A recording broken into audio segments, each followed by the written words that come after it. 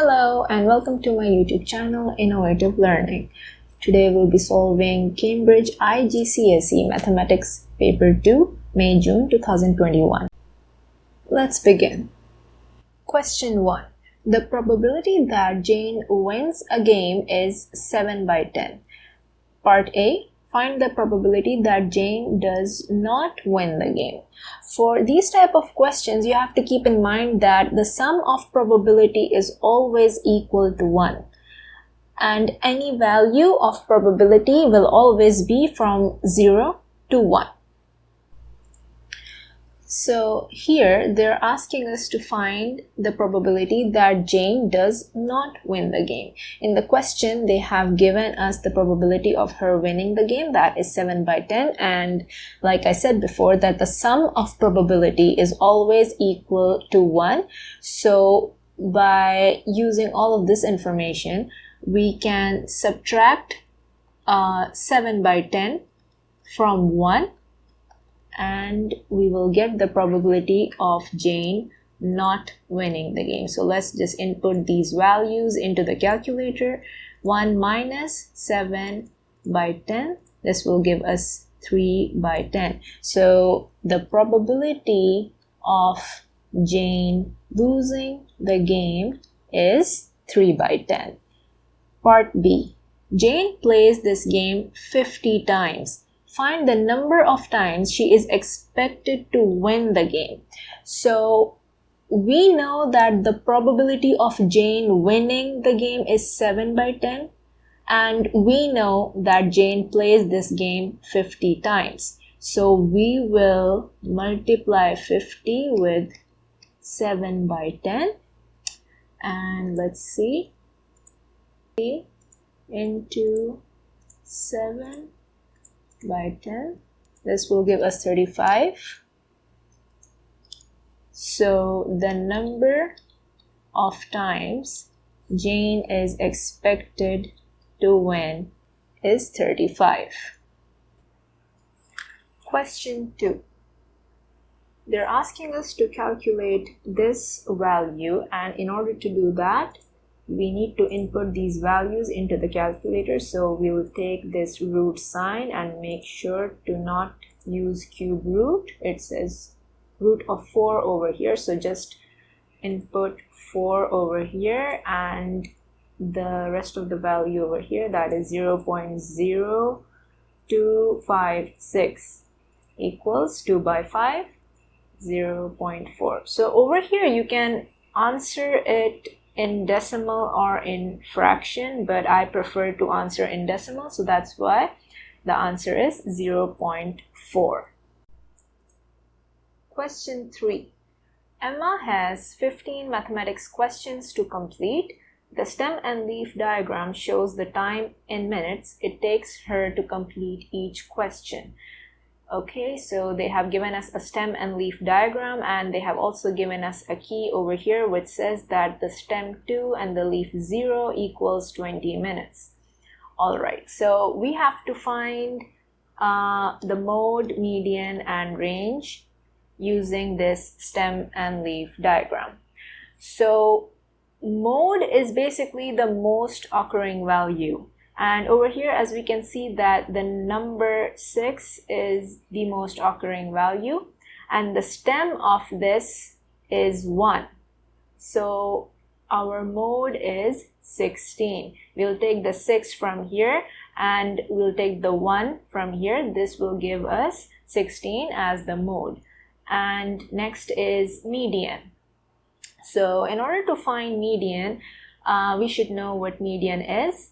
And median is basically the middle value. And if the middle value is odd, we will use the formula n plus 1 over 2. And if the middle value is even, we will use the formula n by 2. So in order to find that, first we'll count the number of values given to us in the stem and leaf diagram, that is 1, 2, 3, 4, 5, 6, 7, 7 and 7 over here as well, 14 and 15. So we have 15 values, which is an odd number, and that is why we will go with this formula. So 15 plus 1 over 2, this will give us 16 over 2. This will give us 8. Now, we have to see which is the 8th value over here. So we'll count again. 1, 2, 3, 4, 5, 6, 7, and 8. This is the 8th value. So we will write 1 from here, and the stem of this number is 1. So we will write 1 here, which gives us the median of 11. Next, we have to find the range. So in order to find the range, we have to subtract the maximum value from the minimum value. So the maximum value over here is 20 and the minimum value over here is 3. So 20 minus 3 will give us 17 and our range is 70. Question 4. Write down an expression for the range of k consecutive integers. Now, consecutive integers are basically whole numbers that follow each other. For example, 7, 8, 9, 10. So they're asking us to write down an expression for the range, and in order to find the range, we know that we have to subtract the maximum value from the minimum value. So we will subtract 7 from 10. That will give us 3.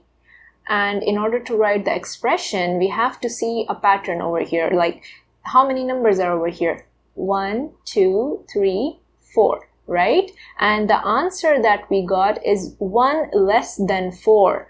1 less than 4, and we want to write down the expression using k. So we will write k minus 1 because we have 4 values over here, but the answer we got was 1 less, right? See over here, 10 minus 7, we got 3. That is why the expression will be k minus 1. Question 5, part A. Hendrik draws this scatter diagram. Put a ring around the one correct statement about this scatter diagram.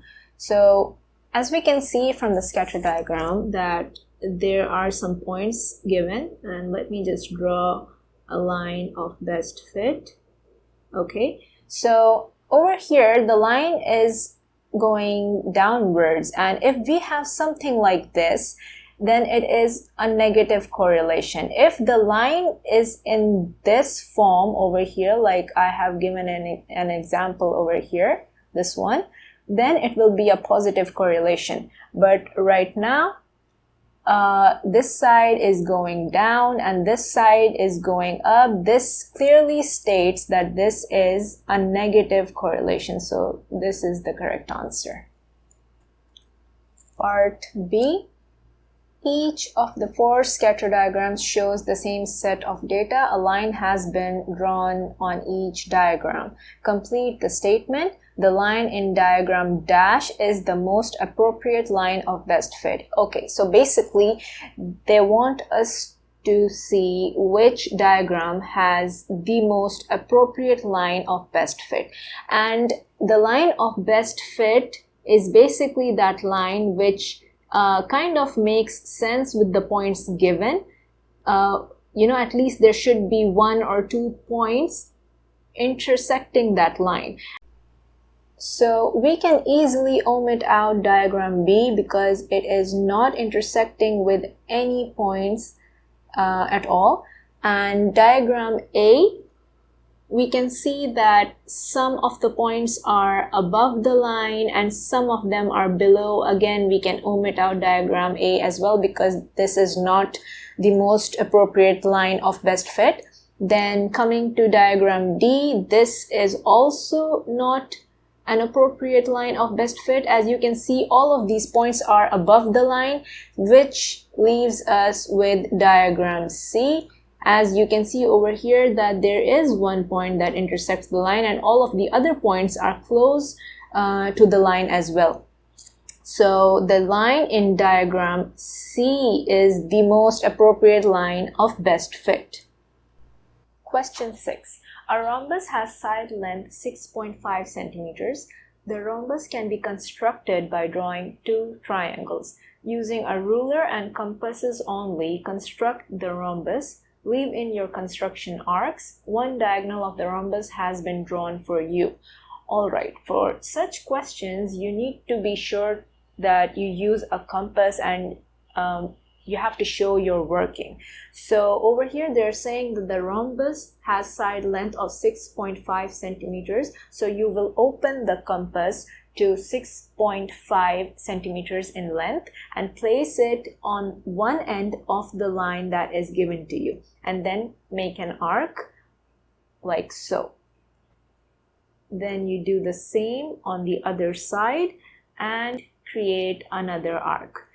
You have to do this on both the sides, like above the line and also below the line. You have to have 4 arcs in total that intersect each other, so you will get 2 points that you will use to join the lines in, like the line that is given to you. You will use the point of that line and join it to the point you have created with the arcs using the compass, and that will give you 2 triangles, which will basically result in the shape of a rhombus. That is it for today, and I'll see you in my next video.